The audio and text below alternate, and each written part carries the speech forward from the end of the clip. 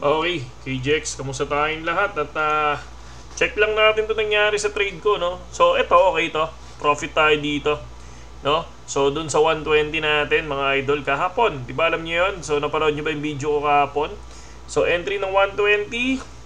So, ayan, nag-TP hit tayo dito sa area na to kay 118, 368. And then, nung nakita ko nagkaroon ng recover dito sa area na to, no?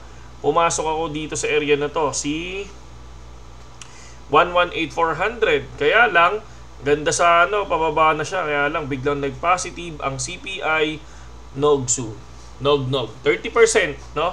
Na tayo ng 30%. And then, biglang nag-trigger ang aking, so, ang aking Ethereum. So, 19% na si Ethereum. So far, pwede na tayo TP kay Ethereum ng 20%. So, tulad ng sinabi ko, yan, bawi lang tayo kay Ethereum if ever na mag 20%. So, again, hindi naman tayo malaki mag-trade. Minsan nasa 30 USDT, 250 USDT ang tinitrade natin. Minsan 20 lang. Okay? So, ngayon nasa 119. Ang Ethereum naman ay nasa 4,390. Actually, na-break niya yung 44, no? Yung mismong, 44, yung 4,000 USDT. Pero kung mapapansin nyo, kanina, no, usap kami ni Kuya Ben, no? Usap kami ni Kuya Ben eh. So kung mapapansin nyo, ito yung binigay kong TA kanina, ay pinakita kong TA kanina. Yan, yung area na yan, no? Yan, sabi ko papasok ako ng 4,300 kay Ethereum. 4,330, 4,333. No, Ethereum. So breakout yan kanina, hindi ko sinunod, no? So kasi akala ko talaga ang CPI is magiging tataas yung inflation, no? Kaya nagkamali ako. Kamali ako ng tira, no? So si Kuya Ben ay nag-profit. Ako na cut loss. So, pero kahit pa paano naman ay 38% na tayo kay Ethereum. So, ready to TP na yan mga kapatid. No? Pwede na tayo mag-TP dito sa area na to. Kasi 800 na yan at positive naman na tayo. Panalo na yan. Okay? So, 50% pa. Oh. So, okay. So, next, punta tayo dito sa area na to. Bukas, mag-TA ulit tayo. No? Sa ngayon, yun muna yung trade natin. No? Kasi sinasabi ko naman yung trade sa inyo. Pero sa Ethereum, syempre, hindi ko sinabi. Yung kay BTC lang yung sinabi ko kay kanina. Okay?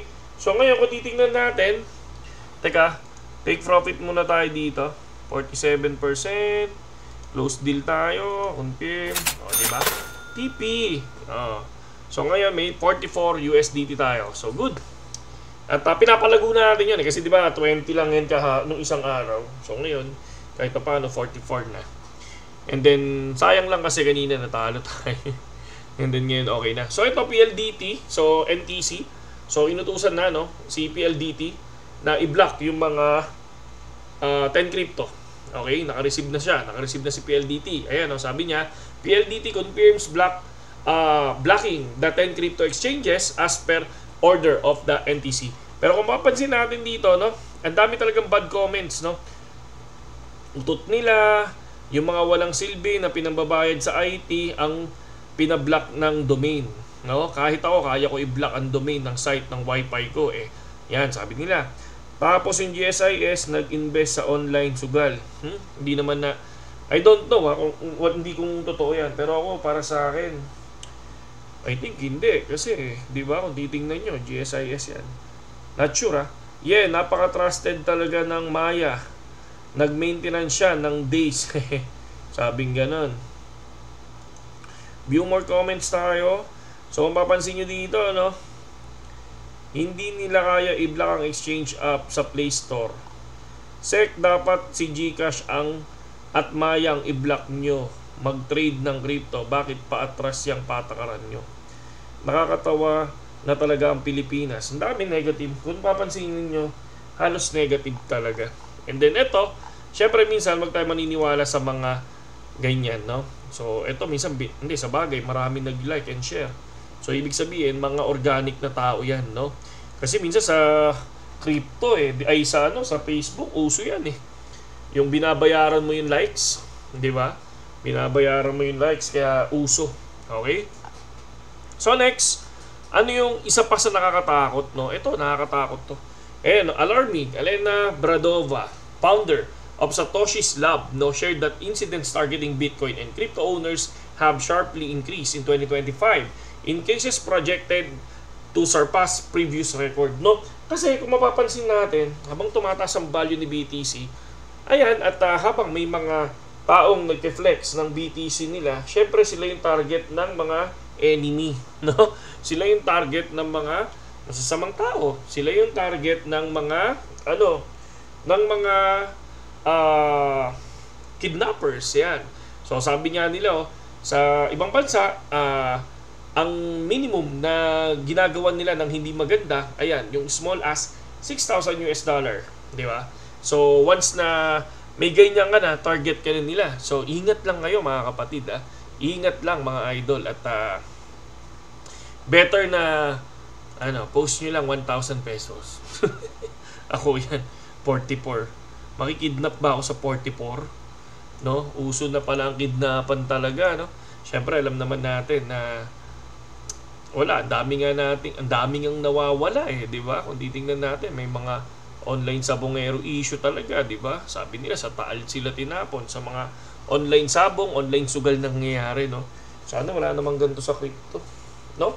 So ayun lang naman, so far nag-TP na tayo, at titingnan ko kung saan ako papasok sa BTC. So for BTC, again, no? So ano na yan, no? Positive ang CPI, possible, syempre baka biglang magliparan yung mga tokens. Hintay ako ng 117. Naka-trigger ako dito ng 117. Hindi financial advice mga kapatid, kasi baka mamaya, di ba? Mahirap na. Ayan, trigger ako ng 117, at syempre barya-barya lang ang ating puhunan mga idol. For Sol naman, Sol, parang kasi si Sol Yan. Si Sol,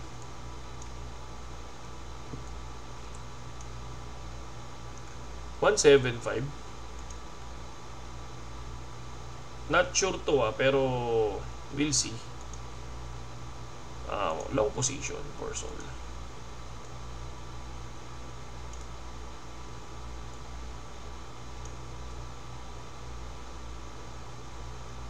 $174.8, no?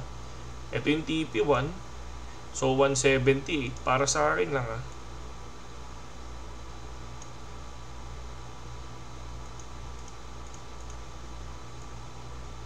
TP2.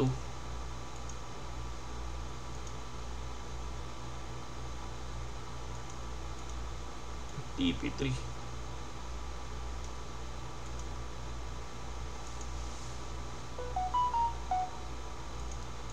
Okay, yan. Diyan ako papasok kay Sol. So, once na pumunta siya dito sa 174.80.